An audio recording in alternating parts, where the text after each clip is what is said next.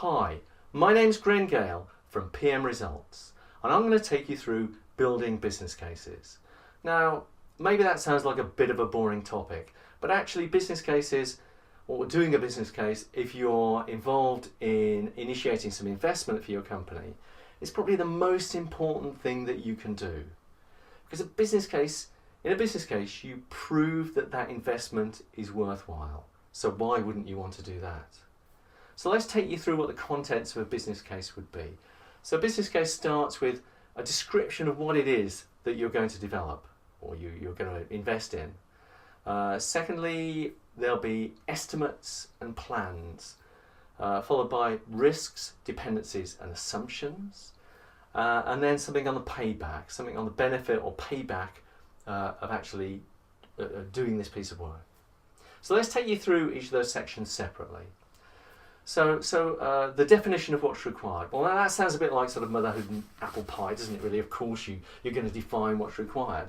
But you'd be surprised how many people start off on say, a product development without really knowing where it is they want to get to. They've got a sort of vague idea in their head, but they haven't really pinned down in any sort of sense where it is they want to go. And if you're starting from that base, you're really not going to do very well at all. So you need to write down what it is, in brief terms, you're trying to deliver, you're trying to develop. And in most cases, you can do this in a couple of sheets of A4. This doesn't need to be a whole book, unless it's a huge project.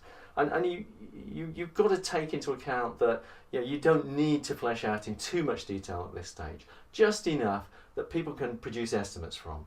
So usually within a couple of sheets of A4.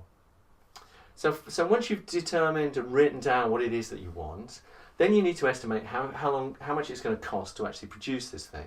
So you need to produce manpower estimates, materials estimates, anything in there that's going to cost you money. And there may be also ongoing costs with this. So once you've actually delivered the thing, there may be costs of support that you're paying other companies. So get all the costs down.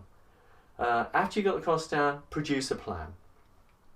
So that'll be a plan for how long it's actually going to take to get this thing into production.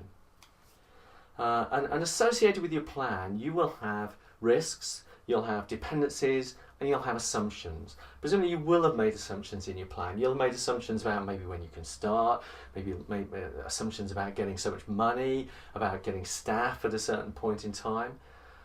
You'll have dependencies. You will have dependencies on maybe on an outside company to get something done.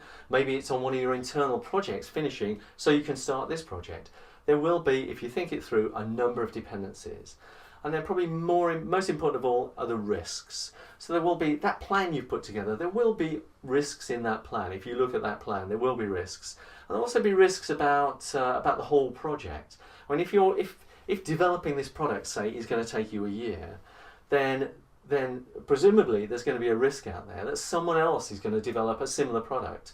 And maybe if they're a big multinational and they beat you to market with it, then maybe you won't really have a market at all. So think through all of your risks. Yeah. So at this point you've got a definition, you've got estimates, you've got a plan, you've got risks, dependencies and assumptions.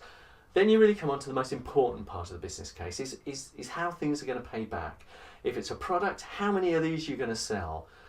And this is quite difficult. And by this point, people have done a lot of estimates. They define what it is they want. They're getting pretty excited about doing this. And so there is almost a temptation to falsify the benefits just to prove the business case, to get on and do it. Well, don't do that unless you want to go out of business, unless you want to lose money. So you need to get down some realistic estimates of what money it's going to bring in, how many you're going to sell, and maybe the sales support afterwards, maybe you get some income from that as well. But the classic is that especially sales managers to overestimate how many they're going to sell. And I did work with somebody a while back, and what she always did in that situation was turn to the sales manager and say, okay, you're convinced you're going to sell that many, so you won't mind if we put that number in your next year's sales figures, and you won't mind if we remunerate you on how successful you are in hitting those sales figures.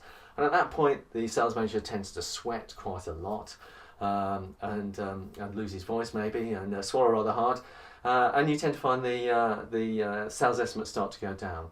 So So get all this together, and once you've got this business case together, then you've got something to present to your directors, to senior management, for everybody to sit down and decide whether this project, whether this product development, whatever it is worthwhile.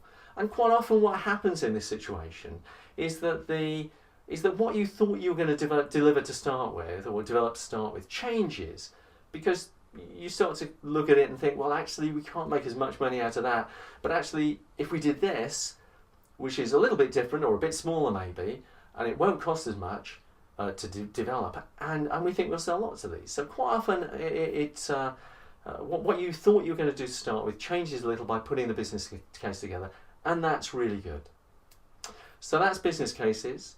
If you want to read any more useful project delivery or product delivery or procurement tips, then go to my website. That's www.pmresults.co.uk.